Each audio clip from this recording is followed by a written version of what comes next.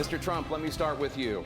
Last night you told CNN, quote, Islam hates us. Did you mean all 1.6 billion Muslims? I mean a lot of them. I mean a lot of them.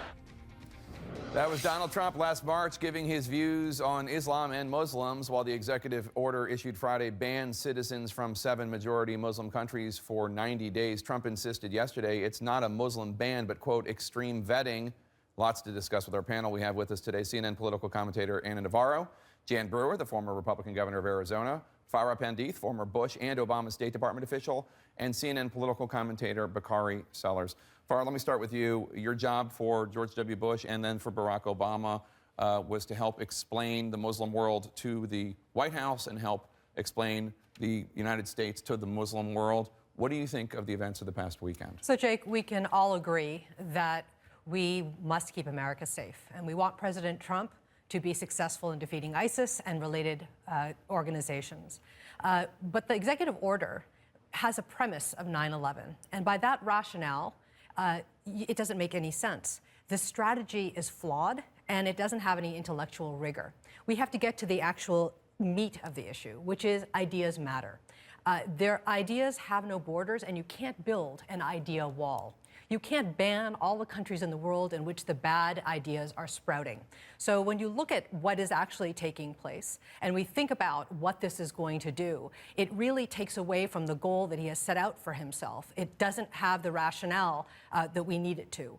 And it is very important to understand that both in the Bush administration and in the Obama administration, we understood that the power to stop recruitment came from civil society. You can't set up an us versus them. We need to have Muslims around the world working with us to stop recruitment. And the way to do that is to engage them. If you don't have trust with the government, you can't engage them. You can't galvanize the movement that we need. And I'm afraid what has happened here is that it has stoked the idea of an us and them. It has given power to the extremists, and it will not get us where we need to go. I think the measure of success and seriousness of the Trump doctrine on terrorism really will be how serious they are with regard to Saudi Arabia, where these ideas have actually been sprouting for decades. So as we think through what they're doing and why they're doing it, the rationale doesn't make sense. It is flawed, and we have to really be thinking about the long-term impact.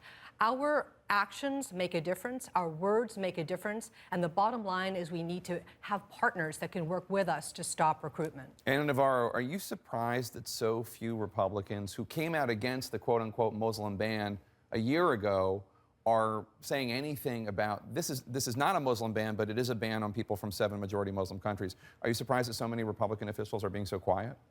You know, I think people are exhausted. I think a lot of Republicans are exhausted. The flurry of activity this week has been really a dizzying pace. It's so hard to keep up. And so many of them have been speaking out consistently this week against the charge that there were 3 million illegal voters, against the tariffs against Mexico, against the idea of the wall, against not investigating Russia for hacking. So I think it's such a, steady rain of things that they have to confront Trump on, that it's been an emotionally exhausting week. I have friends telling me, I disagree with this. It is an un-American executive order, but I can't survive politically if I am confronting the man every day.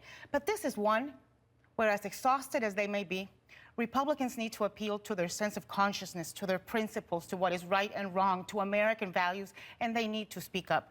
The Republican Party I grew up in is a Republican Party of family unity. What we saw yesterday were families being torn apart.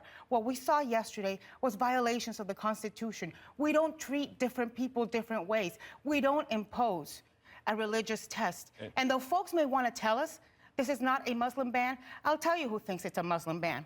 Muslims think it's a Muslim ban. Those who want a Muslim ban, like little boy Flynn, and David Duke, the former KKK leader, are celebrating it as a Muslim ban.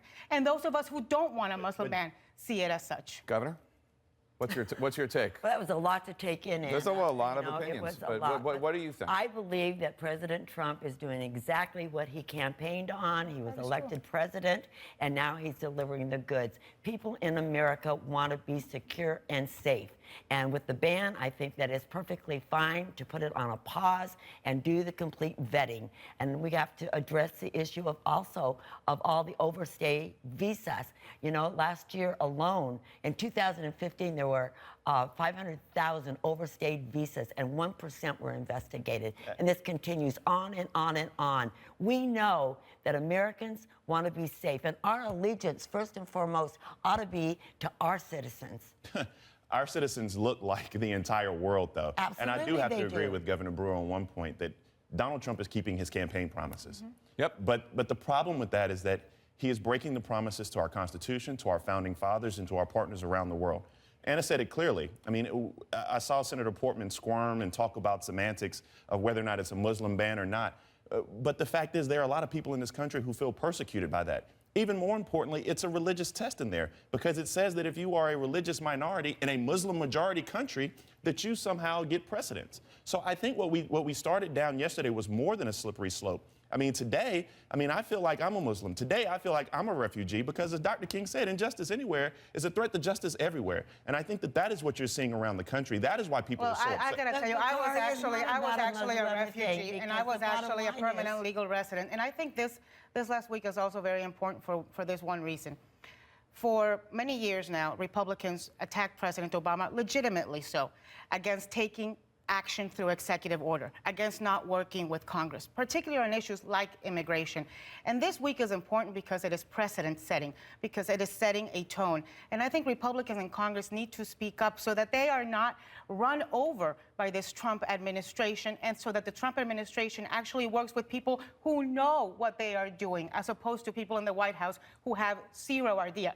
They are either heartless or incompetent or both. Okay, everybody hold it right there. We're going to come right back.